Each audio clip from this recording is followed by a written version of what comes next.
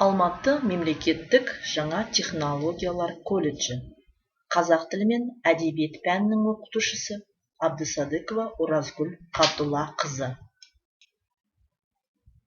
Сабақтың тақырыбы: Қазақстан ғарышкерлері, термин сөздер.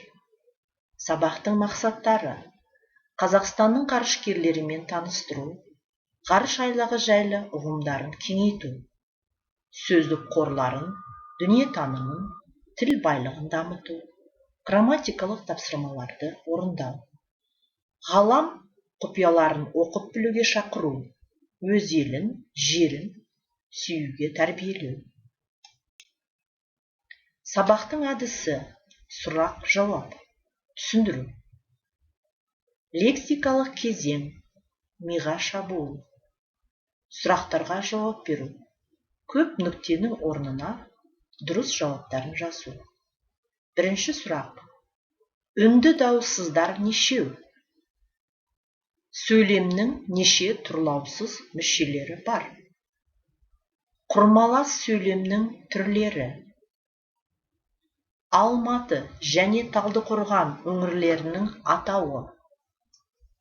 Көп тілді білетін адамды қалай атайды? Өнер алды, тіл. Қазақстандағы қасиетті жер. Асыл тастармен жұмыс істейтін адам. Сын есімнің сұрақтары. Биыл Абайдың неше жылдығын атап өтеміз?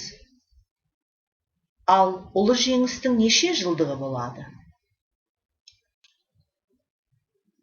Балалар, ғарыш, ғарышкерлер дегенде көз алдарыңа не келеді? Өз ойларын сұрау. Бірінші: ғарыш айлағы дегеніміз не? Қазақстанның ғарыш айлағы бар ма?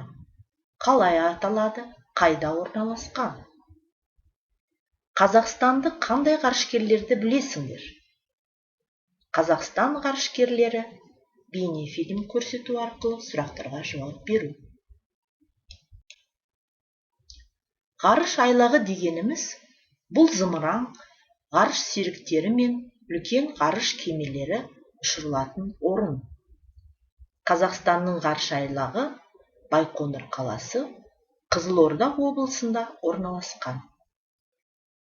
Ғарыш құрамдас бөліктеріне жұлдыздық жүйелер, галактикалар, олардың аралықтарындағы әлемдік бос кеңістіктер, әлемдік шаң-тозаң мен газ шоғырлары, әлемнің жан-жағынан тасқындап таралатын түрлі сәулелер жатады.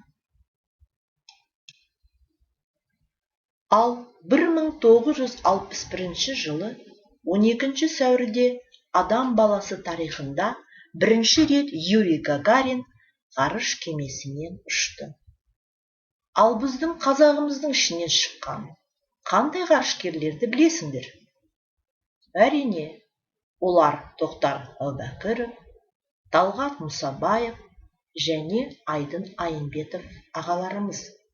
Ол кісілер батыр да, ержүрек жандар. Біздің мақтанышымыз, еліміздің даңқын дүние жүзіне шығарған адамдар. Сөздік жұмыс: ғарыш, космос, айлағы, гавань, ғарыш құрамдас бөліктері, космические составляющие части, жұлдыздық жүйелер, звездная система, кеме, корабль, кеңістік, пространство. Қазақтан шыққан тұңғыш ғарышкер. Мәтінмен жұмыс. Мәтін: Тоқтар Әубәкіров. Тоқтар Әубәкіров 1946 жылы шілденің 27-сінде Қарағанды облысы Қарқаралы ауданында дүниеге келген. Ұлты қазақ, білімі жоғары. Техника ғылымдарының докторы, академик, авиация генерал-майоры. 1965-1969 жылдары Армавир әуе қорғанысы ұшқыштарының жоғары әскери оқу орнында оқыған. Ұшқыш инженер. Слайд арқылы суреттер көрсетіліп тұрады. 1991 жылы 2 қазанда Байқоңыр ғарыш алаңынан Союз ТМ-12 ғарыш кемесімен ұшып, Мир орбиталдық комплексінде өзге ғарышкерлермен бірге 8 тәулік бойы ғылыми зерттеу жұмыстарын жүргізді. 1992 жылы сәуірінен Қазақстан Республикасы Қорғаныс мемлекеттік комитетінің төрағасының бірінші орынбасары. Терминдер дегеніміз не?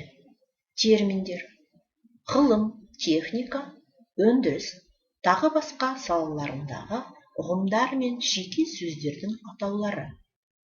Қазіргі қазақ тіліндегі терминдер жаңа қалыптасқан үлгіде қолданылады. Мысалы, балама табу арқылы, хаттама, протокол, нарық, рынок, ғарыш, космос және тағы басқа сөздер. Балалар, тапсырма. Бірінші тапсырма. Мәтінді оқу, сөздіктің көмегімен аудару. Екінші тапсырма. Мәтіннен термин сөздерін теріп жазу. Балалар, суретте кімдер бейнеленген? Осы суреттерге назар аударып, Қазақтан шыққан ғарышкерлердің аты жөндерін жазып шығыңдар. Сұрақтың дұрыс жауабын табыңдар. Бұл тапсырмада сұраққа жауап береміз. Қазақстанның ғарыш айлағы бар ма? Қалай аталады? Қай облыста орналасқан? Ғарышқа қашан жол ашылды? Ғарышқа алғаш болып ұшқан адам кім?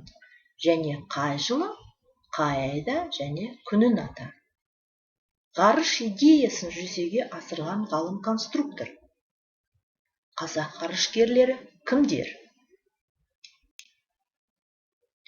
Сабақты қорытындылау мақсатында деңгейлік тапсырмаларды орындау. Бірінші деңгей. Сұрақтың дұрыс жауабын сәйкестендіріп қою керек. Жердің табиғи серігі. Біз тұрған планета қалай аталады?